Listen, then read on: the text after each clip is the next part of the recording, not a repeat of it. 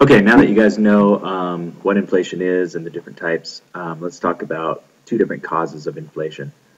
So the first type we'll look at is what we call demand pull, and the title is pretty descriptive of what it is.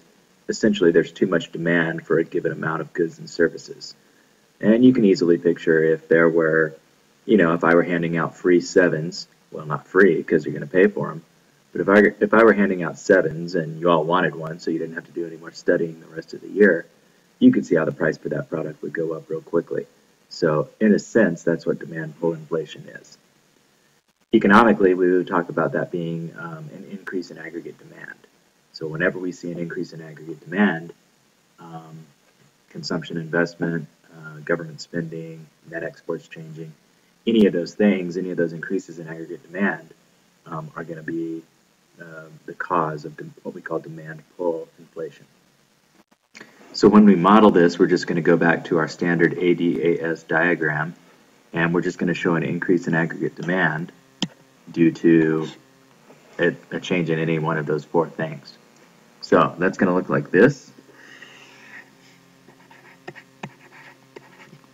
And we're just going to show that the price increases from PFE to P2, and yes, we are going to get some more production, but that's going to be met by an uncomfortable amount of price changes, and that's what we're going to call the demand pull inflation. It's important to note that we are working past YFE here. We are working past the point of the natural rate of unemployment. So again, what this means is that we're drawing people in, we're getting production by hiring people who really aren't ready to be hired. They're structurally unemployed, so maybe they're not really trained for the job they're going into, so it's going to, they're not going to produce a whole lot anyhow. So again, that's why we say that it has to be past the point of YFE. Otherwise, it's not really inflation yet, it's just prices going up as the economy improves. So now the economy is improving too much.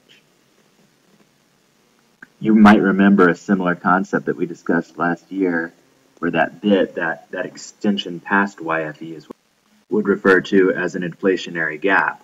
So again, when we called that an inflationary gap, the inflation we were talking about was demand pull inflation.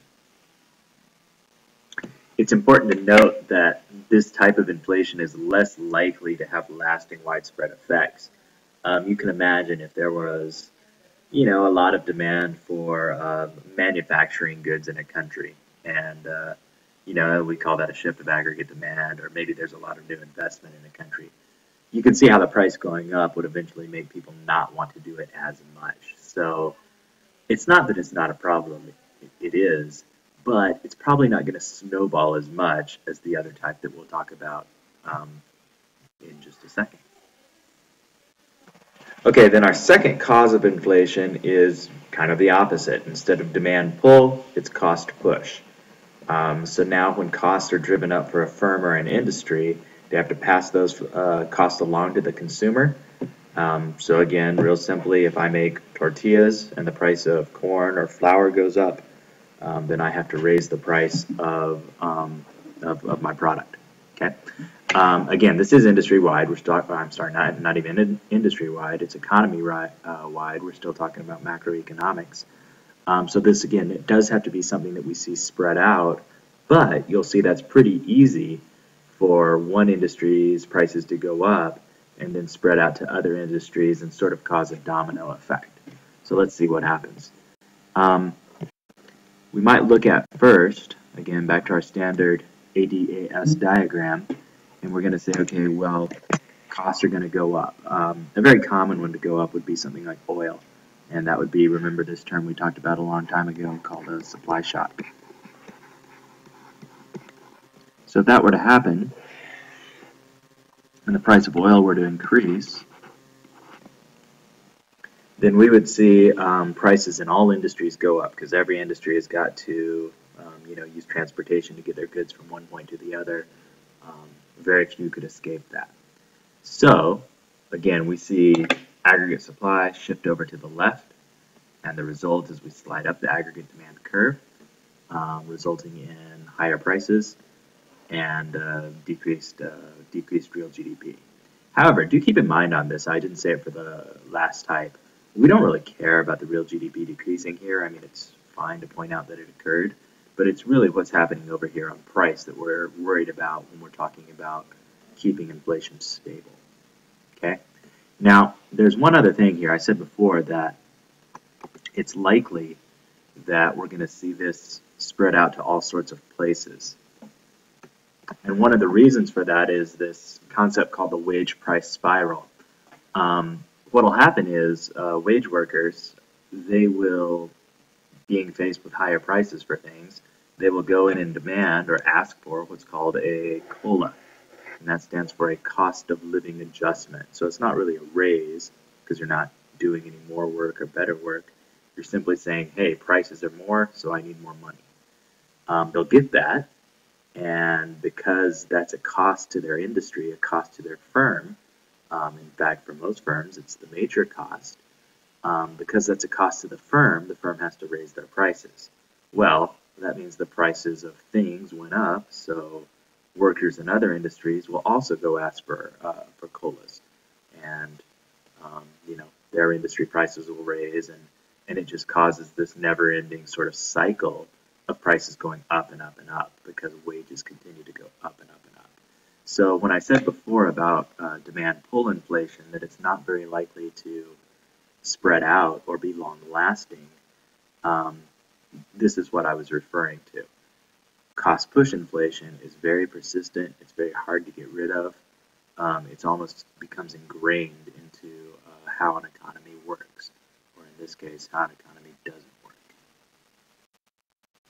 Okay, one last thing to investigate on this topic, and you hear a lot of times, especially in the last year, those of us who are not from South Africa will go, oh, hey, the rand has depreciated, so great, that means I get paid more money, or things are cheaper, or whatever. Well, kind of interesting to look at because that's not the case at all.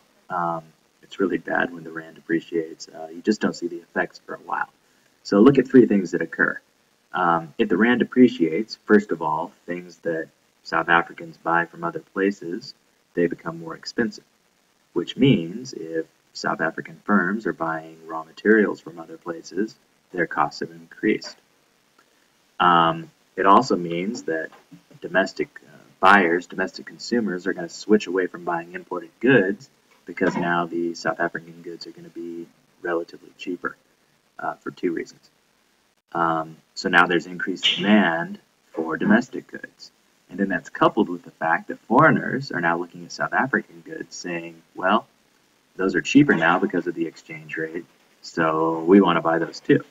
So the first one, we see that's kind of related to cost push inflation. And the second two are related to increased demand, so that's going to be demand pull inflation. So yeah, next time somebody says that, you can tell them why that's not necessarily true. You get away with it for a while, you get more money, and things will be cheaper for a bit, but eventually it'll catch up.